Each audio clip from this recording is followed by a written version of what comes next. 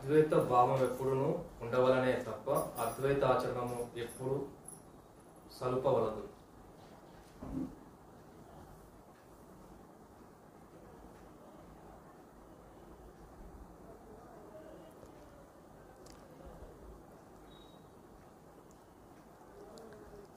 అద్వైతము అంటే ద్వైతము కానిది, అంటే రెండు లేకుండా ఉన్నది ఒకటే అని. రెండు ప్రకృతి పరమాత్మ, శరీరము మనస్సు, మనస్సు దేవుడు.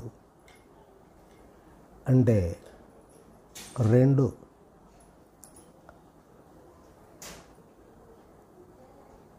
ప్రపంచం, ప్రపంచాన్ని చూస్తున్నవాడు ఒకడున్నాడు, చూసేవాడు ప్రపంచం. ఇవన్నీ కూడాను ద్వైతం. సాధన చేస్తున్నప్పుడు సాధన చేయాలి,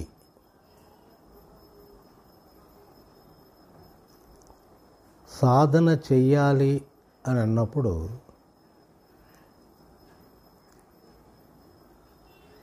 ఏదో ఒకటి ఉంది. అది తెలుసుకోవడమా, పొందడమా? చేసేవాడున్నాడు, చేయబడేది ఉంది. అది ద్వైతం. ఇంకా ప్రపంచంలో ద్వైత ప్రచారము జరిగింది, అద్వైత ప్రచారము జరిగింది. అంటే దేవుడు ఉన్నాడు,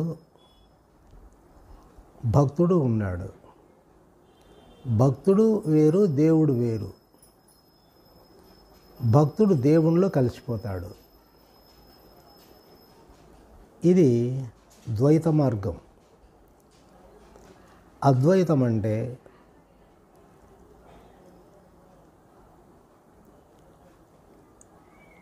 మనసు పరమాత్మ. మనసు అనేటువంటిది పరమాత్మలో నుంచి వచ్చింది కాబట్టి పరమాత్మలోనే కలిసిపోతుంది. లేదా ఆ మనస్సును బాగా పరిశీలించినట్లయితే చివరికి మనస్సే లేకుండా అదృశ్యమైపోతుంది. ఇది ద్వైతం కాదన్నమాట, అద్వైతము అంటారు. ఇప్పుడు అద్వైతము అంటే ధ్యానం చేస్తున్నావు. ఎందుకు చేస్తున్నావు? మనసు ఎక్కడెక్కడో పోతూ ఉంది, కదులుతూ ఉంది, మారుతూ ఉంది, చెలిస్తూ ఉంది. ఆ లక్షణాలు లేకుండా చేసుకోవాలి. ఆ లక్షణాలు లేకుండా చేసుకుంటే అది గమ్యం చేరుకుంటాము అనేటువంటిది ఇది ఒక పద్ధతి. ఈ పద్ధతిలో మనస్సు అనేటువంటిదే సంపూర్తిగా అదృశ్యమైపోతుంది. దాన్ని అద్వైతము అంటారు. మనస్సు యొక్క స్వరూప స్వభావాలు లేకుండా, పూర్తిగా లేకుండా పోయినప్పుడు కేవలము దివ్యశక్తి ఒక్కటే ప్రకాశిస్తుందన్నమాట. అప్పుడు దాన్ని అద్వైతము అన్నారు. అంటే మనస్సు లేదు, మనస్సు పరమాత్మ అనేటువంటివి రెండు లేవు, ద్వైతం లేదు అక్కడ. కేవలము దైవశక్తి మాత్రమే నిలుస్తుంది, రెండవది ఉండదు, అదృశ్యమైపోతుంది. ఇది అద్వైతము. ఈ అద్వైతములో ధ్యానములో కూర్చున్నప్పుడు కానీ, ఆత్మ విచారణలో కానీ మనసు లేకుండా స్థితిలో ఉంటారు. అప్పుడేమో అద్వైత స్థితిగా కనిపిస్తుంది.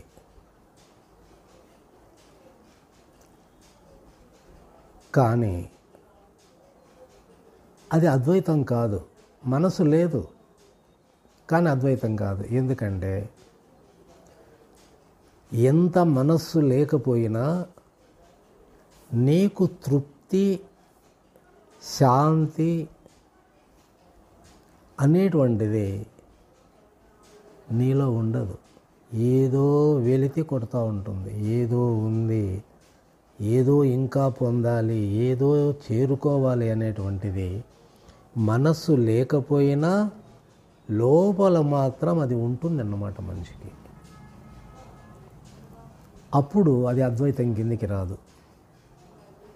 రెండవది ఉన్నందువల్ల అది నీకు తెలియకుండానే లోపల పనిచేస్తూ ఉంది కాబట్టి అది ద్వైతం కిందికే వస్తుంది.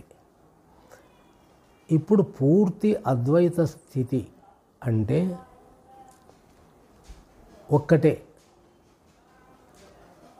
ఒకటే అన్నప్పుడు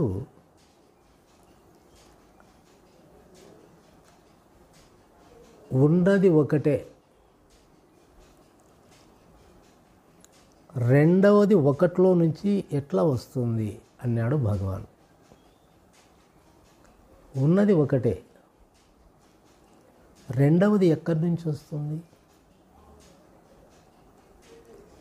ఒకటిలో నుంచి వచ్చినది ఒకటే అవుతుంది కానీ రెండవది ఎట్లయితుంది? అగ్నికణములో నుంచి అగ్ని రశ్మి ఒక కిరణం బయటకు వచ్చిందంటే అది అగ్నే అవుతుంది. కానీ అట్లే ఆ దైవశక్తిలో నుంచి ఏది వచ్చినది దైవశక్తి అవుతుంది కదా. మరి ద్వైతం ఎందుకు అవుతుంది అని అంటే అది ఆ రెండవది లేనట్లుగా అనిపిస్తుంది, అనుభవం కూడా వస్తుంది.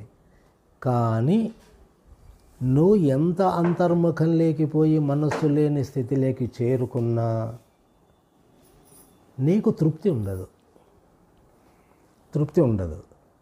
ఏదో ఉంది, ఇంకా చేయాలి, తెలుసుకోవాలనేటువంటిది అది ఉంటుందన్నమాట. కాబట్టి పూర్తి అద్వైత స్థితి అనేటువంటిది ప్రయత్నం చేసినా రెండవది రాకూడదు. అంటే ఇప్పుడు నీకు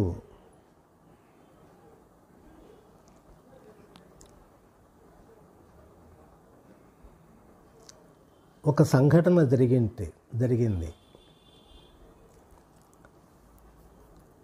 అది లేకుండా పోయింది ధ్యానంలో. తిరిగి ఆ సంఘటనను నెమరు వేయడానికి, జ్ఞప్తి తెచ్చుకోవడానికి నా ప్రయత్నం చేస్తే సామాన్యంగా అది రాదు.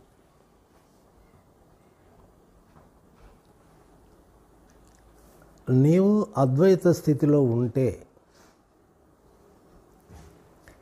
నీవు చేసినటువంటి ప్రయాణం యొక్క ఆ జాడలే లేకుండా అదృశ్యమైపోతాయి.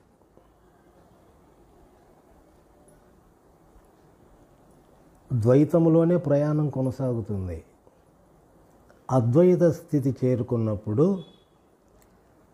నీవు ఏ రకంగా సాధన చేస్తూ అక్కడికి వచ్చినావో ఆ జాడలే లేకుండా పోతాయి. అంటే దాని ప్రభావము కానీ గుర్తు తెచ్చుకోవడం కానీ అది అంటూ ఉందని కానీ ఒకటైన తర్వాత మిగతా ఈ జాడలు లేకుండా పోతాయి.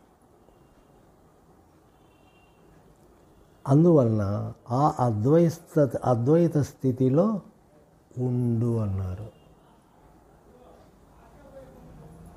అది అద్వైత స్థితి అత్యంక. ఇప్పుడు అద్వైత స్థితిలో ఉండు, అద్వైత ఆచరణ పనికిరాదు అన్నారు. అద్వైత ఆచరణ అంటే ఇది అంత సాధకులంతా రమణ ఆశ్రమంలో కూర్చున్నాము. బాగా ప్రశాంతంగా ఉంది, బాగా ఇసుక వేసినారు, హాయిగా ఉంది. ఒక ఆయన ప్రశ్న వేసినాడు, అద్వైత స్థితి అంటారు కదా, మరి పెళ్ళాన్ని ఏమన్నా అక్క అంటాడా? ప్రశ్న. అంతా సమానమే కదా. అంతా సమానమైనప్పుడు మరి పెళ్ళాము అనే ప్రశ్న వచ్చింది. దానికి ఏం సమాధానం చెప్పాలి? అంతా ఒకటే కదా. ఇంకొక ఆయన, నేను పోతానన్నయ్యా, ఏనుగు ఎదురుంగా వస్తుంది, నేను అద్వైత స్థితిలో ఉన్నా, ఒకటే ఉండేది ఒకటే, ఉండేది ఒకటే అని చెప్పేసి పోతే అది తొండం తీసుకొని నన్ను ఇసిరి పారేస్తుంది. అది అద్వైత స్థితేనా?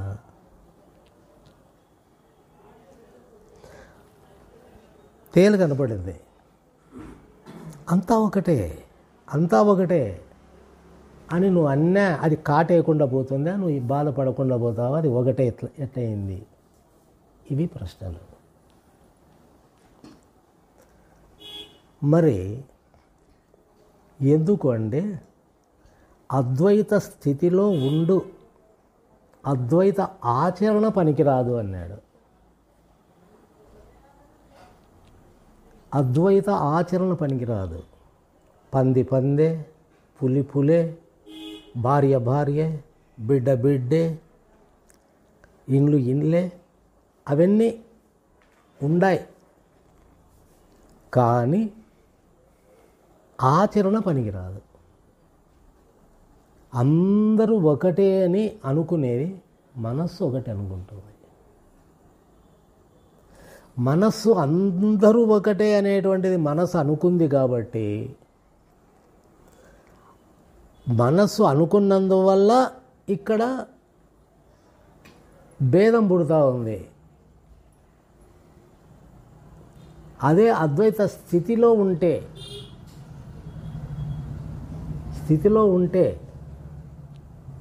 వేరు కనిపించదు. అంటే వేరు కనిపించదు అంటే నీలో ఏ దివ్యశక్తి అయితే నడిపిస్తుందో నిన్ను, వానిలో అదే దివ్యశక్తి ఉంటుంది. ఇక్కడ దివ్యశక్తినే చూస్తుంది, దివ్యశక్తి అయితే అంటుంది. ఇది అద్వైత స్థితి. ఇప్పుడు నిన్ను చూస్తున్నా, నీ కులం వేరు, నా కులం వేరు, నీ పేరు వేరు, నీ కలర్ వేరు, నా కలర్ వేరు, నా పర్సనాలిటీ వేరు, నీ పర్సనాలిటీ వేరు. ఇది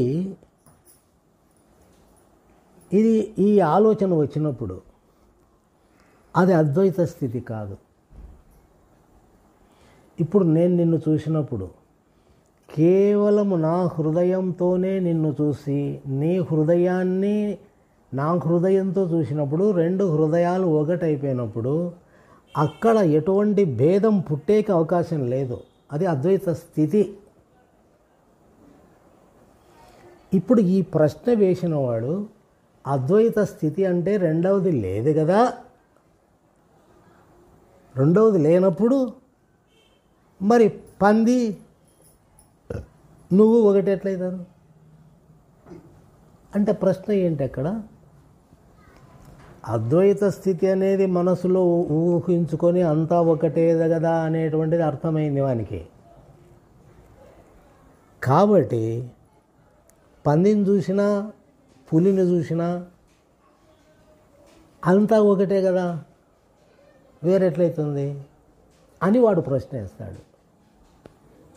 అంటే వాని మనస్సులో ఉన్నది ఒకటే, ఇక్కడ రెండవుతుంది కదా అని వాడు అనుకుంటాడు. ఎందుకంటే దీన్ని మెట్ట వేదాంతము అంటారు. అంటే అనుభవం లేని వేదాంతం. ఇది అద్వైత స్థితి అనుభవం ఉండేటప్పుడు మాత్రం ఆ ప్రశ్న వేసేకే ఛాన్స్ లేదు. ఎందుకంటే ఇప్పుడు భగవాన్ ఉన్నాడు, భగవాన్ నీ దగ్గరికి ఆడవాళ్ళు వస్తున్నారు మగవాళ్ళు వస్తున్నారు అని ప్రశ్న వేసినప్పుడు నాకు తెలియదు అన్నాడు. అంటే మరి ఎదురుగానే కూర్చున్నారు కదప్ప, నీకు తెలియకుండా ఎట్లా పోతుంది? చూస్తాండవు, మాట్లాడుతాండవు, అన్ని వ్యవహారాలు చేస్తాండవు కదే. అంటే చూస్తున్న వానికి మనస్సు పనిచేస్తూ ఉంది. మనస్సు పనిచేస్తున్నందువల్ల అద్వైత స్థితిలో ఉండబడినటువంటి రమణ మహర్షిని వీని మనస్సుతో ద్వైతంలో ఉన్నాడు కాబట్టి ద్వైతాలోచనే వస్తుంది, కానీ అద్వైతం అనేటువంటిది ఊరికే భావనగా నిలిచిపోతుంది. అది వాడు ఎంత అర్థం చేసుకోవాలనుకున్నా ఏం చేసినా కూడా ఎట్టి పరిస్థితుల్లో వానికి అర్థమయ్యేకి అవకాశమే లేదు. అర్జున, నేను నీలోనే ఉన్నాను, నువ్వు నేను ఒకటే, అంతా ఒకటే, రెండవది లేదు అన్నాడు కృష్ణుడు. అర్జునుడు ఏమంటాడు? అంతా నా బంధువులే, రక్త సంబంధికులే, వాళ్ళని ఎట్లా వాళ్ళతో నేను యుద్ధం చేయాలా, నాతో కాదు అంటున్నాడు. అర్జునుడిది కరెక్టే, కృష్ణునిది కరెక్టే. అది ఎట్లా అర్థమవుతుంది అంటే అద్వైత అనుభవం ఉన్నవానికి మాత్రమే కృష్ణునిది అర్థమవుతుంది. వాడేం మాట్లాడడం కాదు.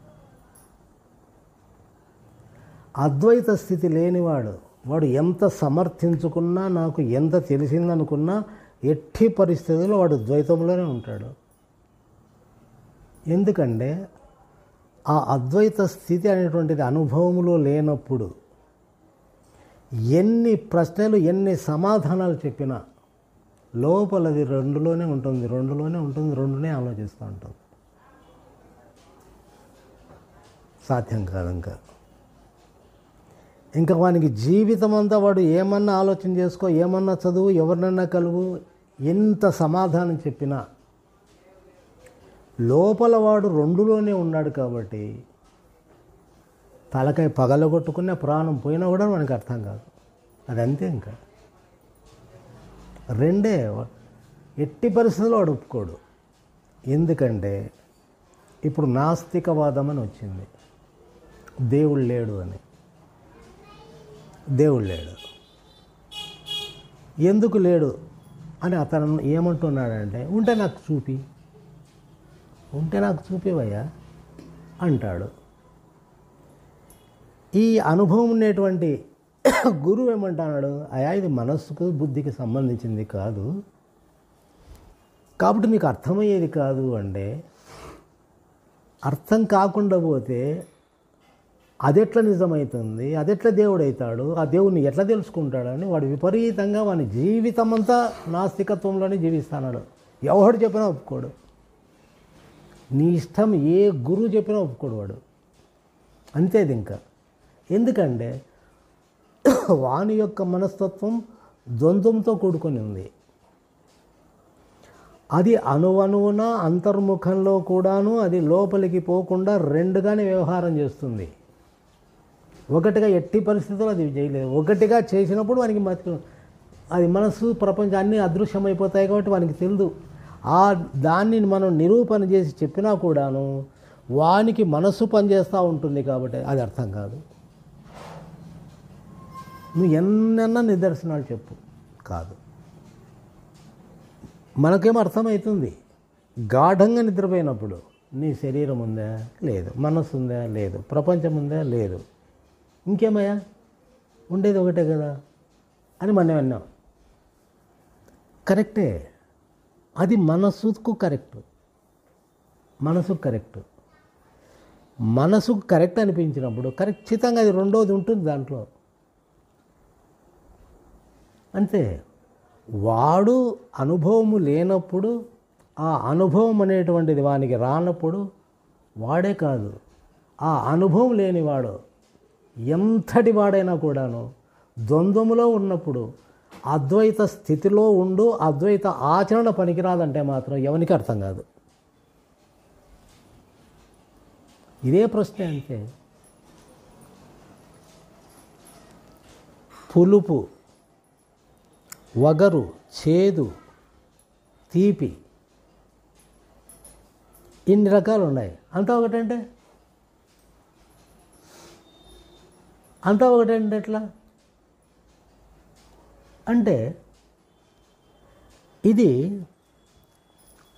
బుద్ధికి, నాలుకకు, మనసుకు సంబంధించిన విషయం.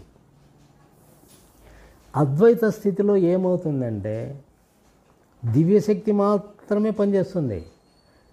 దానికి ఇంద్రియాలు కానీ మనసు కానీ దానిలతో అటాచ్మెంట్ కానీ ఉండదు. ఇట్లా నిరూపణ చేసి చెప్పినా కూడాను నువ్వు దేంతో వింటావు? ద్వైతములో ఉండి ద్వైతముతోనే నువ్వు వింటా ఉండవు. లోపల మాత్రం అద్వైత స్థితి మాత్రం రాదు, లేదు. అంతే ఇంకా. ఉదాహరణ బట్టి ఇది ఒకటే రెండు ఎట్లయితుంది అంటావు. నీకు అనుభవం లేకపోతే మాత్రం ఇంపాసిబుల్. మళ్ళైనా అది నీకు వేధిస్తుంది. అందుకోసం అద్వైత స్థితి నువ్వు చూస్తూ ఉండవు. ఏనుగు కనపడింది, పాము కనపడింది.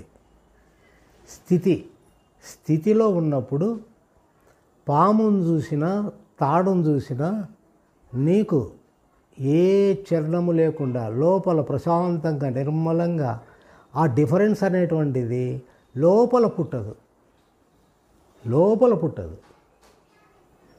లోపల పుట్టనప్పుడు దాని గురించినటువంటి వికారాలు మనస్సుకు సంబంధించినాయే కానీ లోపల ఉన్నటువంటి స్థితికి సంబంధం ఉండదు. వీనికి మనోపరిధిలో దాన్ని గురించినటువంటి అనుభవము, దాని గురించి ఉన్నటువంటి వివరాలు తెలుసుకోవడంలో మనస్సు ఉపయోగిస్తానడే కానీ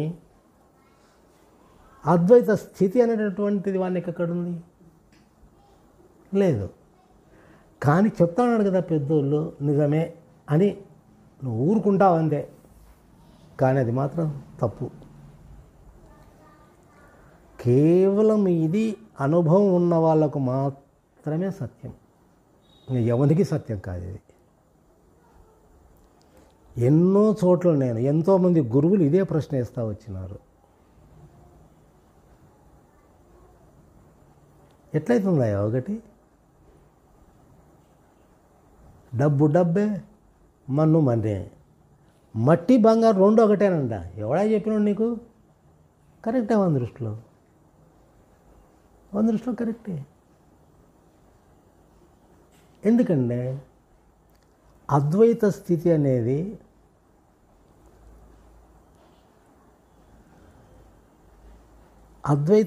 అనేది దేవుడు అన్నారు, మనిషి అనలేవాడిని. అద్వైత స్థితి అనేది దైవం అన్నారు. నువ్వు మనిషి అంటారు, నువ్వు మనిషి అనుకుంటాండవు. ఎన్ని జన్మలెత్తి నేను మనిషిని అనుకుంటూనే ఉన్నవానికి ఈ అద్వైత స్థితి అనేది మాత్రం అర్థం కాదు.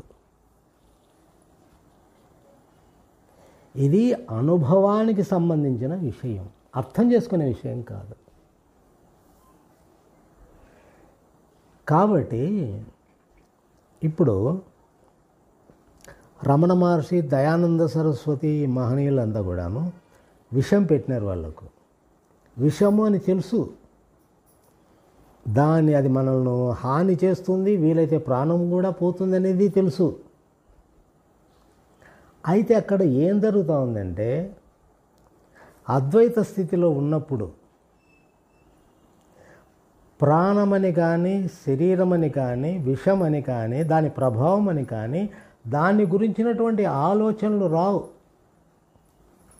రావు. ఒకవేళ వచ్చినా లోపల ఉండేటువంటి అద్వైత స్థితిని చెలింపజేయలేవు. చెలింపజేసేకి మనసు లేదు కదా, అక్కడ మనసు లేదు. మనసుతో సంబంధమే కట్ అయిపోయి ఉంటుంది. ఎట్టి పరిస్థితిలో ప్రవేశించేకే వీల్లేదు.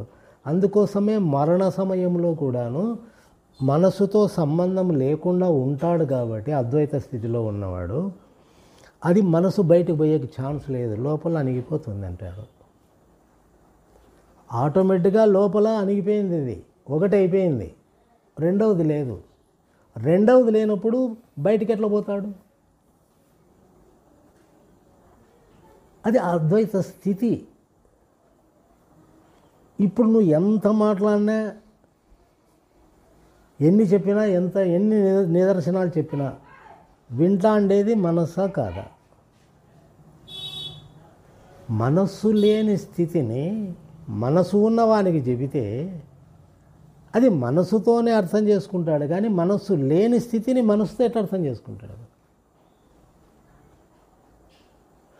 అందువల్ల ఈ అద్వైత వేదాంతం అంతా కూడాను నువ్వు మనసుతోనే ప్రయత్నం చేస్తా పోతా ఉండవు. కాబట్టి కొన్ని సమయాలలో నాకు అర్థమైంది అంటావు, అప్పుడు నీ మనసు ఆడ లయమై, అంటే నీలో శాంతో నిర్మలత్వము, మనసు అణిగిపోవడం ఏదోటి జరిగింటుంది. అప్పుడు నాకు అర్థమైంది అని అనిపిస్తుంది, కానీ మళ్ళా మామూలే. ఎందుకంటే మనసు పనిచేస్తుంది కదా. దీనికే ఇప్పుడు ఎటువంటి అవతార పురుషుడే కానీ సాక్షాత్ భగవంతుడే నీ దగ్గరకు వచ్చి చెప్పని బాగుంది అంటావు, చాలా బాగా చెప్పినాడు అంటావు, నాకు బాగా ఆనందంగా ఉంది, శాంతిగా ఉంది అంటావు. ఏంటి అంటే అద్వైత స్థితిలో ఉన్నప్పుడు నువ్వు కూడా అద్వైత స్థితిలోకి వెళ్ళిపోయే అవకాశం ఉంది. అక్కడ ద్వైతం అనేటువంటిది కొంతవరకు తగ్గిపోతుంది, కానీ తర్వాత ద్వైతమే కదా. అప్పుడు ఏమైపోతుందంటే అది కరెక్టా, ఇది కరెక్టా, అది కరెక్టా, ఇది కరెక్టా, అది కరెక్టా, ఇది కరెక్టా అనేది యాదంట అనేది రెండోది కదూ. రెండోది పుట్టింది కాబట్టి ఇది కరెక్టా, అది కరెక్టా. ఆ ఒకటిగా ఉన్నప్పుడు లేదు కదా ఇది. కాబట్టి ఇది చాలా గొప్ప సాధకులకు, అనుభూతి కలిగిన వాళ్లకు, ప్రయత్నం చేసినా రెండవది లేకుండా ఉన్నవానికి మాత్రం వర్తిస్తుంది. ఇది అర్థం చేసుకోవడానికి సాధారణమైనటువంటి మనుషులకు, సాధారణమైనటువంటి సాధువులకు అసంభవం అర్థం చేసుకోవడం. ఎందుకంటే అర్థం చేసుకోవడానికి ఇది మనసుకు సంబంధించింది కాదు, మనస్సును నడిపించేటువంటి దివ్యశక్తి అది. నువ్వు అప్పుడు అద్వైత స్థితిలో ఉన్నప్పుడు నేను మనిషిని, నాకు మనస్సు ఉంది అని అనుకున్నా కూడాను నీకు నీ మనస్సు కానీ నీ శరీరం కానీ నీకు అనిపించదు.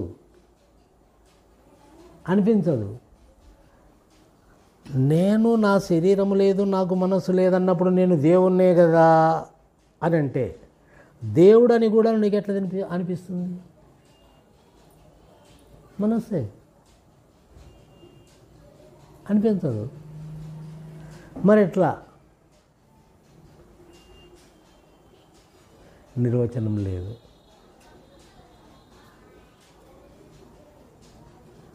కాబట్టి కొన్నిటికి సమాధానం లభించినట్లుంటుంది, కానీ మనసుకు పరిమితమై ఉంటుంది. కొందరికి అద్వైత అనుభవం కలుగుతుంది, అద్వైత స్థితి లభిస్తుంది, కానీ నిలకడ ఉండదు. నిలకడ లేకుండా ఉన్నదాన్ని ఆత్మస్థితి అన్నారు. స్థితి అనుభవం ప్రతి ఒక్కరికి కలుగుతుంది, ఆత్మానుభవం కలుగుతుంది. ఇదే ఆత్మ, ఇదే సత్యమైంది, ఇదే శాశ్వతమైంది అనేది మాత్రం ప్రతి ఒక్కరికి తెలుస్తుంది ఏనాడో ఒకనాడు. కానీ వెంటనే నీవు అబద్ధంలోకి వెళ్ళిపోతున్నావు కదా, అంటే మనసు అబద్ధం కదా. అది పని చేసినప్పుడు దాని మీదనే డౌట్ వస్తుంది నీకు. నీలో దివ్యత్వము ఉంది, దివ్యత్వ అనుభవం కలిగినా కూడాను ఈ మనసు పనిచేసినప్పుడు దాని మీదనే డౌట్ వస్తుంది నీకు, నీ మీదనే డౌట్ వస్తుంది. ఆ డౌట్ వచ్చినప్పుడు ఇక దాన్ని నువ్వు సవరించుకుండేకి ఆడ మనసుకు పని పెట్టకూడదు. నువ్వు మనసుకు పని పెట్టి అర్థం చేసుకోవాలని ట్రై చేస్తావు కదా. మనసుకు నేను తెలియకుండా పోతే ఎట్లా అనేటువంటి అభిప్రాయం మనసు పుట్టిన తర్వాత పుడుతుందన్నమాట నీకు. ఆడ నాకు అనుభవం వచ్చింది, ఆడ ఎందుకు రాలేదు అని అంటే, ఏ మనసు అయితే పనిచేస్తూ ఉందో ఆ మనసుతో అది వచ్చిందని ఇది అనుకుంటుంది. ఇది లేకుండా పోయినప్పుడు అది వచ్చింది అనుకోదు. అందుకే నాకు మళ్ళీ అది కావాలంటుంది. అది కావాలన్నప్పుడు ప్రయత్నం చేస్తుంది. ఆ ప్రయత్నం అనేటువంటిది ఆడ అడ్డమవుతుంది. నాకు అంత అనుభవం కలిగింది, మరి దాని ఛాయలే లేవు, ఎంత ప్రయత్నించినా నాకు చేత కావడం లేదంటే ఆడ నీ మనసు పని చేయలేదు నాయన. మనసు లేనప్పుడు వచ్చిన స్థితి అది. మనసు పుట్టిన తర్వాత మనసు లేని స్థితిలోకి నువ్వు ఎట్లా పోతావు?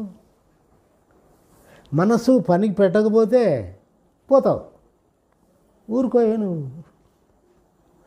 ఇంకా ఊగలాడిందే కొట్టుకొని కావాల్సిందే. ఇంకా ఎందుకంటే మంచి అనుభూతి కలిగింది, పోయింది. అప్పుడు ఏమవుతుందంటే దీనికి పెద్ద నిరుత్సాహం, నిస్పృహ కలుగుతుంది. ఇంకా ఇది నిలుపుకోవడానికి, దక్కించుకోవడానికి ఎన్ని విధాలుగా ఆలోచన కావాలని అన్ని విధాలుగా ప్రయత్నం చేస్తుంది, ఆలోచన చేస్తుంది. ఎందుకంటే నాకే కదా ఈ అనుభవం వచ్చినది, నాకే కదా అనుభవం వచ్చినది అన్నప్పుడు నా మనసుకే కదా అనేటువంటిది మాత్రం అనిపించదు.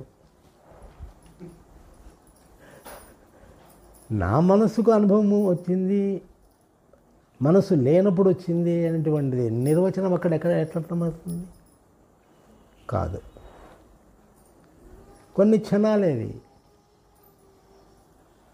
అందుకే నువ్వు చేసుకుంటూ పో. మనసు లేని స్థితి అనేటువంటిది మాత్రం మనిషికి అర్థం కాదు. అది అప్పుడప్పుడు జరుగుతూ ఉంటుంది. దాని పని అది చేసుకుంటూ పోతూ ఉంటుంది. దానికి అప్ అండ్ డౌన్ లేవు, అది నేరుగా వెళ్ళిపోతూ ఉంటుంది. కాబట్టి ఎంతసేపు ఉన్నా మనకు సమస్య అప్ అండ్ డౌన్ అంతా మనసుకే. ఏదైనా అప్ అండ్ డౌన్లు ఉన్నాయంటే అది మనసుకే. అదేమో ప్యారలల్గా ఉంది, సమానంగా ఉంది. సమానంగా ఉండేది మనసుకు మాత్రం కాదు. మనసుకు సమానత్వం అనేటువంటిది ఇంపాసిబుల్. ఎన్ని జన్మలు ఎత్తినా దానికి సమానత్వం రాదు. కాబట్టి శాంతే భగవంతుడు అని ఎందుకని అంటే రమణ మహర్షి